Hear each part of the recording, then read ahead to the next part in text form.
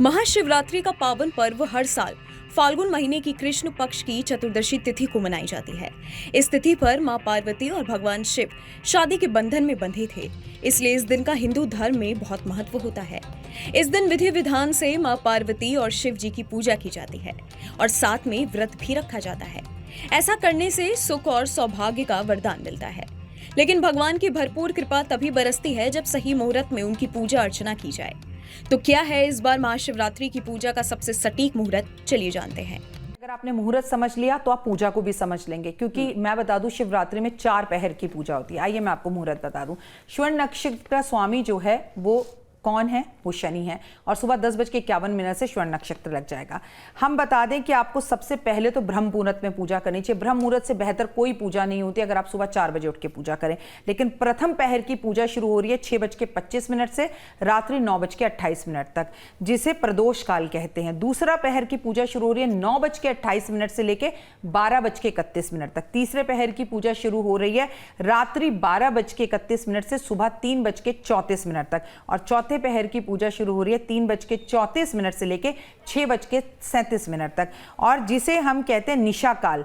निशा काल जो सबसे ज्यादा महत्वपूर्ण है शिवरात्रि पर, वो है रात्रि 12:07 से लेके 12:55 तक। अब अगर इन्हीं समय पर आप पूजा करें, चारों पहर की पूजा ना भी कर सकें, तो 12:07 से लेके 12:55 तक जो निशा काल है वो सबसे महत्वपूर्ण काल है। कहते हैं इसी टाइम पर महादेव का विवाह हुआ था और इसी टाइम पर महादेव ने जो है चंद्रमा को दोबारा जीवन दिया था, क्योंकि चंद्रमा को उनके ससुर ने जो है श्राप दे दिया था कि तुम्हारा क्षीण हो जाए, तुम खत्म हो जाओ। तो महादेव ने अपनी शक्तियों से उन्हें उत्पन्न कर अपने मस्तक पर जगा दी थी। तो अपनी मां के साथ अपने संबंधों को अच्छा करने के लिए भी इस टाइम पर आप पूजा कर सकते हैं।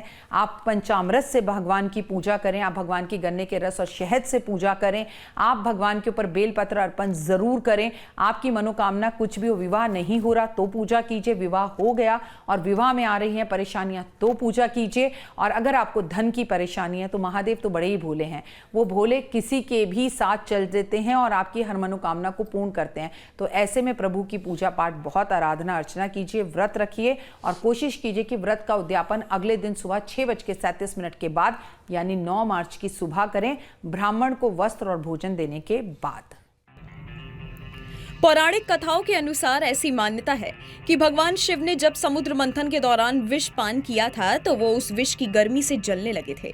उस समय उनकी गर्मी को शांत करने के लिए देवताओं ने जल, दूध और रंग बिरंगे फूलों, सब्जियों का रस उन पर चढ़ाया था ताकि उनके तपते शरीर को शांति मिल सके और उनके शरीर की जलन ठीक हो सके।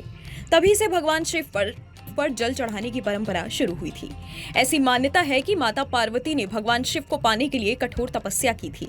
महाशिवरात्रि के दिन ही पार्वती की तपस्या सफल हुई थी। उनका विवाह भगवान शिव के साथ संपन्न हुआ था। इसलिए महाशिवरात्रि का व्रत महिलाएं अखंड सौभाग्य की प्राप्ति के लिए भी रखती हैं। धर्म के जानकारों के मुताबिक साल में पड़ने वाली 12 शिवरात्रियों में से ये सबसे महत्वपूर्ण शिवरात्रि है। इसलिए इस दिन आपने अगर महादेव को प्रसन्न कर लिया तो फिर उनकी कृपा बरसते देर नहीं लगेगी। कैसे लगी आपको हमारी ये जानकारी, कमेंट बॉक्स में जरूर बताएं। बाकी धर्म कर्म से जुड़ी तमाम जानकारियों के लिए सब्सक्राइब कीजिए हमारा डिजिटल चैनल न्यूज़ नेशन स्तुति।